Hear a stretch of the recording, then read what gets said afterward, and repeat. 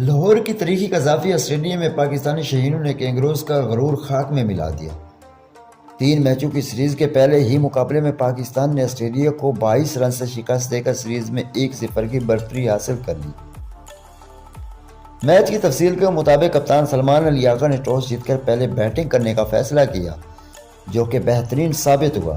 اگرچہ صاحبزادہ فرحان پہلی ہی گیند پر آؤٹ ہو کر پویلین لوٹ گئے، لیکن سیم ایوب کی جارحانہ 40 رنز اور کپتان سلمان الیاقہ کے 39 رنز کی ذمہ دارانہ بیٹنگ نے ٹیم کو سہارا دیا۔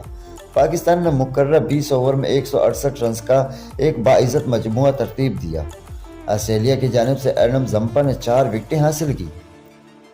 جواب میں 169 رنز کے تعاقب میں آسٹریلوی بیٹنگ لائن پاکستان بولر کے سامنے ریت کی دیوار ثابت ہوئی۔ ابرار احمد اور سیم ایوب نے اپنی گھومتی ہوئی گیندوں سے کینگروز کو بے بس کر دیا۔